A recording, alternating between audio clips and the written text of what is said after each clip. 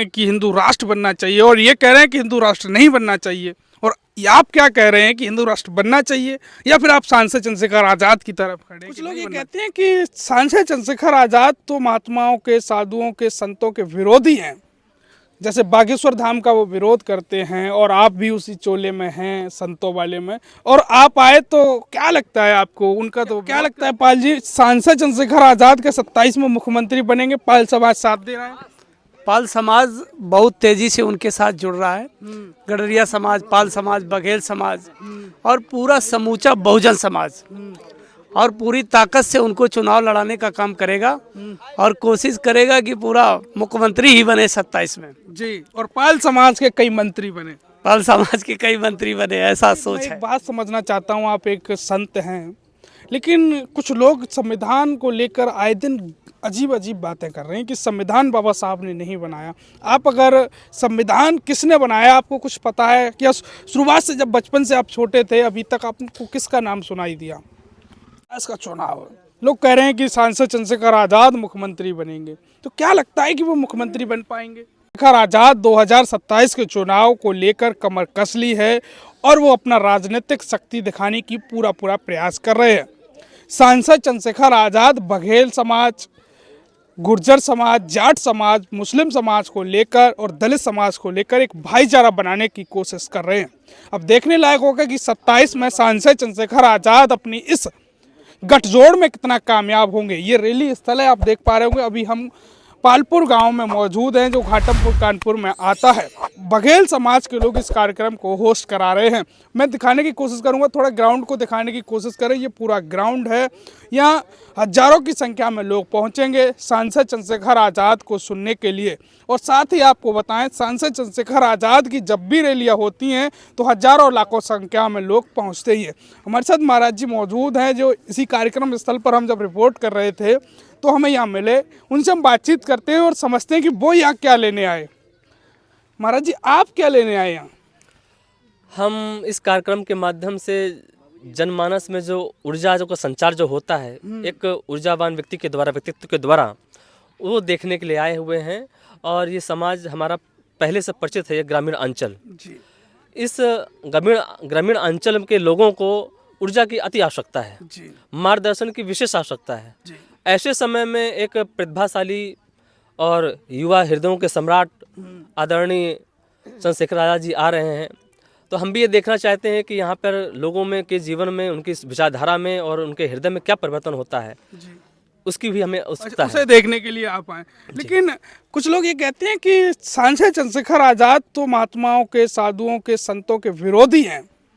जैसे बागेश्वर धाम का वो विरोध करते हैं और आप भी उसी चोले में हैं, संतों वाले में, और आप आए तो क्या लगता है आपको? उनका तो विरोध करते हैं। ऐसा है कि चंद्रशेखर आज़ाद जी जो हैं बहुत उच्च कोटि के व्यक्ति हैं, और उनका जो विरोध है वैचारिक है, व्यक्तिगत नहीं। जो व्यक्ति भी किसी भी क्षेत्र से संबंधित रखता हो, चाहे वो धर्म से रखता हो या कानून के क्षेत्र से रखता हो या सामाजिकता के क्षेत्र से रखता हो या राजनीति से कोई भी हो, जब वो समाज में असमानता को और समाज में अव्यवस्था को जो व्यक्ति भी बढ़ावा देने वाले हैं, जिनका कृतित्व है, वो उनका हमेशा विरोध करेंगे। तो वो बागेश्वर धाम को संभवतः हमारी दृष्टि में तो विरोध नहीं कर रहे, विरोध कर रहे हैं उनके द्वारा किए गए किसी वक्तव्य को। वो हिंदू राष्ट्र की मांग कर रहे हैं कि हिंदू राष्ट्र बनना चाहिए, और ये कह रहे हैं कि हिंदू राष्ट्र नहीं बनना चाहिए। और आप क्या कह रहे हैं कि हिंदू राष्ट्र बनना चाहिए, या फिर आप सांसद चंद्रशेखर आज़ाद की तरफ खड़े हैं कि नहीं बनना चाहिए? हिंदू राष्ट्र बनने से पहले हिंदू राष्ट्र तभी संभव होगा जब इस देश का एक एक युवा, एक एक व्यक्ति, माताएं, बहन और सभी समाज के लोग एक साथ खड़े होंगे और समानता का विचारधारा होगी। जब तक ऊंच नीच का, जाति पात का भेदभाव बना रहेगा, तब तक हिंदू राष्ट्र निर्माण करना असंभव है। तो हिंदू राष्ट्र बनने से पहले सामाजिक एकता की स्थापना हो, जाति पात मिटने की बात हो, तब तो हिंदू राष्ट्र बनने की परिकल्पना संभव हो सकती है। अन्यथा ये एक जुमला बन के रह जाएगा। तो इसी बात का वो चंद्रशेखर आज़ाद जी बात को विरोध करते हैं कि हिंदू राष्ट्र नहीं बनना चाहिए। उनका ये कहना है कि ये हिंदू राष्ट्र की मांग कर रहे हैं तो कल हम बहुजन राष्ट्र की मांग करेंगे, कल कोई मुस्लिम राष्ट्र की मांग करेगा, तो ये देश में संवैधानिक तौर से सही नहीं है। हाँ, अभी ये जो बात है बड़ी उच्च कोटि की बात है। उससे पहले बहुत कुछ काम करने की आवश्यकता है। तो सबसे पहले हम सबका हृदय एक हो। ये सामाजिक स्तर से लेकर के धार्मिक स्तर में भी सब जगह असमानता है। बहुजन समाज के लोगों को आज तक जो सम्मान मिलना चाहिए वो नहीं मिल पाया है, वो धर्म के क्षेत्र में हो या प्रशासनिक क्षेत्र में हो। जब तक उन सबको बराबरी का दर्जा, अपने समकक्ष का दर्जा नहीं मिलेगा, सम्मान नहीं मिलेगा हृदय से, तब तक ये बात नहीं बन सकता।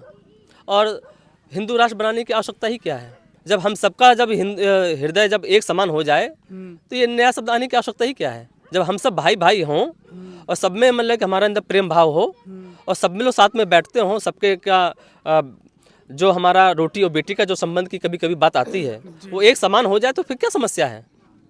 मतलब आप कह रहे हैं कि दलितों का, सवर्णों का, किसी भी जाति धर्म का आपस में रोटी बेटी का संबंध होना चाहिए। होना ही चाहिए। नहीं कर रहे इसका मतलब क्या भेदभाव है, ऊंच नीच है? इस खाई को और बढ़ाने का कार्य कर रहे हैं, इसको मिटाने का कार्य करना चाहिए ना। तभी तो भारतीयता आएगी, तभी तो सनातन धर्म स्थापित हो पाएगा। इसीलिए तो ये विखंडन होना, असमानता होने के कारण ये कितने सारे धर्मों का उत्पन्न हो गए हमारे। पहले तो इतने सारे धर्म नहीं हुआ करते थे, तो यही कारण है। तो ये मानसिक संकीर्णता जो उच्च लोगों में समा गई है, उसी का तो ये दूषित परिणाम है कि आज ये हिंदू राष्ट्र सुनने को मिल रहा है। नहीं तो सनातन राष्ट्र सुनने को मिलता पहले आपको। फिर तो जितने भी हमारे जो उपेक्षित भाई हैं उन सबको समानता का अवसर प्रदान करें पूरे राष्ट्रीय स्तर पर, तभी ये संभव हो सकता है।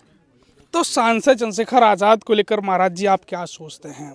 आपने उनको सोशल मीडिया पे देखा होगा, टीवी पे देखा होगा, लेकिन शायद मुझे लगता है पहली बार या दूसरी बार आप उनको देख रहे हो या मिले भी ना हो। क्या लगता है, मिले थे कि नहीं मिले अभी तक? नहीं, अभी तक हम मिले तो नहीं हैं व्यक्तिगत रूप से, मगर हमारी दृष्टि में मिलना जो होता है, यदि विचार मेल खाते हैं तो व्यक्ति अपना है और मिलने की तब तो फिर मतलब कि सब तमाम तरीके से मुलाकातें हुआ करती हैं। पर किसी के विचारों को जान करके असली पहचान तो उसके व्यक्तित्व से होती है। तो हमने जैसा देखा है कि बहुत ऊर्जावान व्यक्ति हैं और नए लोगों में ऊर्जा का संचार कर रहे हैं। और ख़ासकर विशेषकर जो लोग उपेक्षित हैं, जो उनको जनमानस को अधिकार नहीं प्राप्त हो पाया है, उनकी हित की बात करते हैं। ये बहुत अच्छी बात है, बहुत सुंदर बात है। सांसद चंद्रशेखर आज़ाद आपके वक्तव्य के अनुसार सही काम कर रहे हैं? हाँ, ठीक कर रहे हैं। अच्छा जो एक कॉम्बिनेशन बना रहे हैं कि पाल, गुर्जर, जाट, दलित, मुस्लिम एक साथ आकर सरकार में भागीदारी करें बहुजन समाज बन के। बिल्कुल, सबको साथ में लेकर के ही विकास संभव हो सकता है। जब विजेता वही बनता है, विजय उसी को प्राप्त होती है जिसके में संगठन शक्ति हुआ करती है। सफलता, विजय उन्हीं की फेरी लगाया करती है जिनके पास संगठन होता है। तो समाज को एकजुट करने का जो कार्य कर रहे हैं बहुत प्रशंसनीय कार्य है। और आने वाले समय में आप देखेंगे, हम तो ये कहना चाहेंगे कि व्यक्ति जिंदा नहीं रहता, उसका व्यक्तित्व जिंदा रहा करता है। और आवश्यकता ऐसी है कि आज की राजनीति में धन बल बड़ा प्रभावी है। ये धन बल को मिटना बहुत ज़रूरी है। धन बल जब तक जिंदा रहेगा, उसका प्रभाव रहेगा, तब तक राजनीति में भ्रष्टाचार रहेगा। और राजनीति में भ्रष्टाचार रहेगा तब तक सामाजिक उत्थान संभव नहीं है। सामाजिक उत्थान लाना है, सबका विकास हो, इसके लिए सिद्धांतों पर राजनीति होना चाहिए। तो बहुत सुंदर बात हो सकती है कि राजनीति में पैसे का प्रभाव कम किया जा सकता है। और चंद्रशेखर आज़ाद जी से बड़ी उम्मीद है इस प्रकार की कि कभी ऐसा अवसर आया तो हम अपने कुछ हृदय के उद्गार जरूर उनको स्पष्ट करेंगे कि जगह जगह से, गांव-गांव से नेता को स्थापित करना है। इसके लिए धन के प्रभाव को कम करने के लिए क्रांतिकारी विचारों के साथ काम करना पड़ेगा। और जो हमारे समाज में जो विकृतियां छाई हुई हैं, उन मुद्दों को उठाते हुए जन आंदोलन करें। और अन्ना आंदोलन के तरीके ऐसा एक आंदोलन खड़ा हो और गली गांव-गांव से, विधानसभा से ऐसे ज़मीनी स्तर पर नेता हों जिनको कम पैसे पर ही विधायक बनने का काम हो सकता है। तो क्रांति ऐसी हो, जन आंदोलन ऐसा हो, तो पैसे का प्रभाव को बहुत कम किया जा सकता है।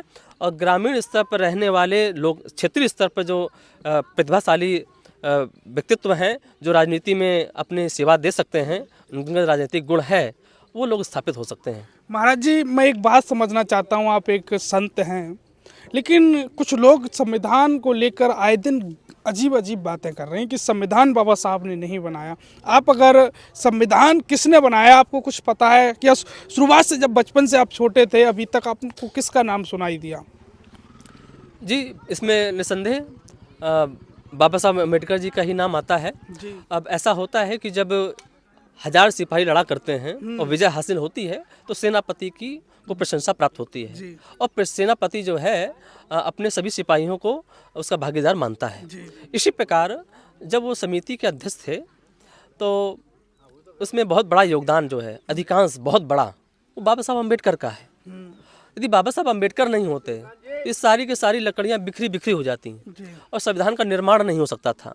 तो सहयोग सभी का है किंतु उसमें बहुत बड़ा योगदान बाबा साहब का है, इसलिए बाबा साहब के नाम को बहुत ज़्यादा प्रचारित हुआ तो स्वाभाविक है। जो लोग कह रहे हैं कि इसमें बाबा साहब का योगदान उतना नहीं है जितना नाम लिया जाता है, उनकी ये मानसिक संकीर्णता है, ईर्ष्या भाव देश भाव के कारण कह रहे हैं। जाति भाव? जी, जाति भाव जाति का भी सबसे बड़ा जी प्रभाव है, वो स्वीकार करना पड़ेगा।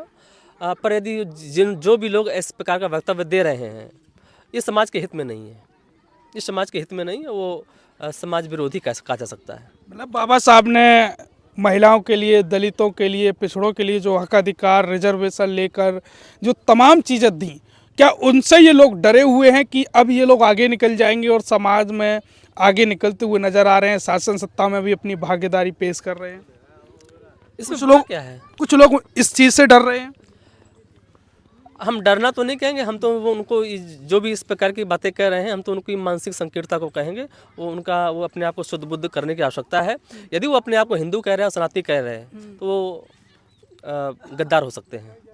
अच्छा, गद्दार हो सकते हैं। क्यों? आप सनातन धर्म को जिंदा करने का कार्य नहीं कर रहे, हिंदू धर्म की बात ही कहाँ कर रहे हैं? क्या हिंदू धर्म में ऐसा है क्या कि कुछ लोग दबे रह जाएं, कुछ लोग उठे के उठे रह जाएं? क्या ऐसा हिंदू धर्म है क्या? हिंदू धर्म तो हमारी समझ में ऐसा नहीं है। यहाँ तो सबके विकास की बात हो रही। तो यही तो काम बाबा साहब ने किया है। जो दबे हुए लोग थे उनको उठाने का तो काम किया है। सनातन धर्म क्या कहता है? यही तो कहता है सबको समानता का अवसर प्राप्त हो, सभी लोग विकसित हों, सभी धर्म में प्रतिष्ठित हों। तो बाबा साहब ने तो सनातन धर्म का कार्य किया है, सबको उठाने का कार्य किया है। तो जो भी लोग ऐसा वक्तव्य कर रहे हैं वो अपने आप को शुद्ध बुद्ध करने की जरूरत है उनको। महाराज जी, मैं एक बात और समझना चाह रहा हूँ। 27 का चुनाव है, लोग कह रहे हैं कि सांसद चंद्रशेखर आजाद मुख्यमंत्री बनेंगे, तो क्या लगता है कि वो मुख्यमंत्री बन पाएंगे? बिल्कुल बनना चाहिए, युवाओं को अवसर मिलना चाहिए। और जब समाज में इस समय जातिवाद फैला हुआ है और जब देख ही रहे हैं कि बहुत सारे स्तर के जो बहुजन समाज है वो दबा हुआ है, तो जो लोग जैसे कि भाजपा के लोग हैं, सनातन धर्म की विचारधारा वाले हैं, तो क्या ऐसा लग पा रहा है कि वर्तमान में जो सरकार है क्या वो सभी के लिए कार्य कर पा रही है क्या? हमारे को देखने में तो बहुत कुछ ऐसा आ रहा है कि कुछ समाज के विशेष वर्ग के जो लोग हैं उन्हीं को वो उन्नति के अवसर प्राप्त हो पा रहे हैं। आज भी हमारा किसान मजदूर असहाय है, निर्बल है, कमज़ोर है। तो ऐसे में यदि चंद्रशेखर आज़ाद जी मुख्यमंत्री बन करके दबे हुए लोगों को, बहुजन समाज के लोगों को उन्नति का अवसर दें, तो इसमें बुरा क्या? बहुत सुंदर सी बात है, बनना भी चाहिए। तो ये हमारे साथ महाराज जी मौजूद थे। भाई साहब, क्या नाम है आपका? मेरा नाम उमाकांत पाल है। क्या लगता है पाल जी, सांसद चंद्रशेखर आजाद के 27 में मुख्यमंत्री बनेंगे? पाल समाज साथ दे रहा है? पाल समाज बहुत तेजी से उनके साथ जुड़ रहा है। गडरिया समाज, पाल समाज, बघेल समाज और पूरा समूचा बहुजन समाज और पूरी ताकत से उनको चुनाव लड़ाने का काम करेगा और कोशिश करेगा कि पूरा मुख्यमंत्री ही बने 27 में। जी, और पाल समाज के कई मंत्री बने। पाल समाज के कई मंत्री बने, ऐसा सोच है जी। तो ये हमारे साथ लोग थे और हम आपको दिखाने की कोशिश करें। ये मंच है, ये मंच लग चुका है, यहाँ से सांसद चंद्रशेखर आजाद आएंगे और ये ग्राउंड देख लीजिए आप। ये ग्राउंड है, इस ग्राउंड में हजारों की संख्या में लोग, लाखों की संख्या में लोग होंगे, क्योंकि आपको बेहतर तरीके से पता होगा कि सांसद चंद्रशेखर आजाद की देश के किसी कोने में जब भी रैली होती है तो हजारों और लाखों की संख्या में भीड़ होती है। अब कानपुर घाटमपुर के पालपुर गांव में जिस प्रकार की रैली है, पाल बघेल समाज इस रैली को ऑर्गेनाइज कर रहा है। देखने लायक होगा कि पाल बघेल समाज कितनी बड़ी तादाद में सांसद चंद्रशेखर आजाद से जुड़ेगा। इस पूरी खास खबर पर आपकी क्या कुछ प्रतिक्रिया है, हमें कमेंट बॉक्स में जरूर दें। वीडियो को अपनों में और अपने दोस्तों में शेयर जरूर करें। वीडियो अंत तक देखने के लिए आप सभी का बहुत बहुत धन्यवाद।